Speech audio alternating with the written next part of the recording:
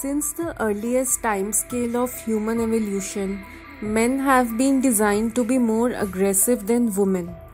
In ancient and medieval history too, it was men who dictated and influenced women's position and status in the society. Even though much has changed today, but gender differences undoubtedly prevail.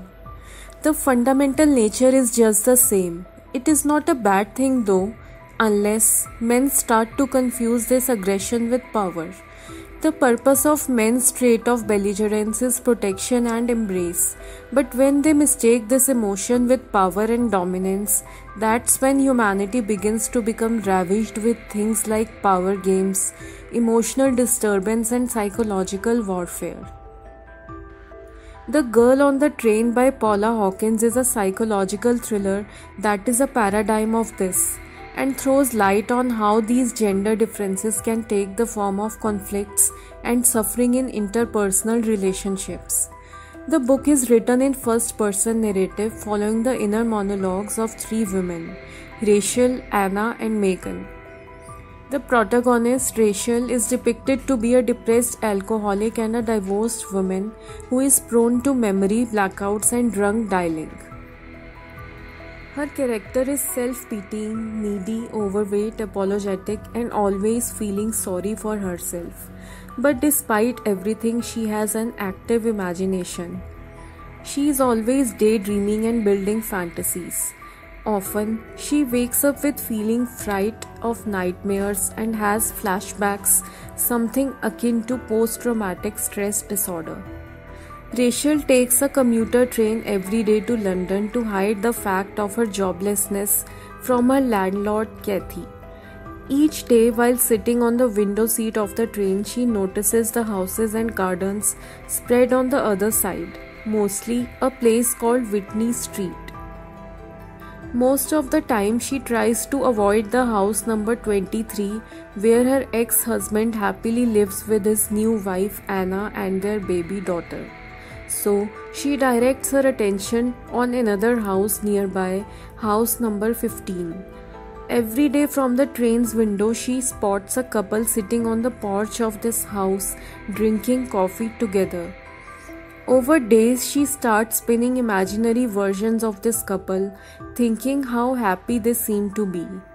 Even though she doesn't know them, she secretly names them Jess and Jason and fantasizes about their happiness.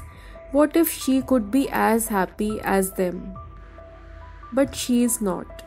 So, she spends her days drinking, drunk dialing, and hiding her joblessness from her landlord.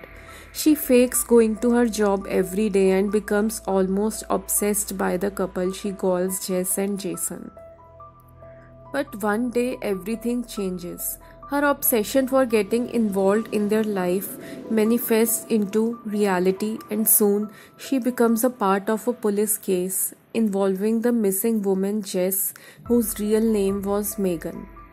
The story in the novel is told from the perspective of these three women, Rachel, Anna, and Megan. Rachel's ex-husband Tom is a character portraying a man who likes to dominate women.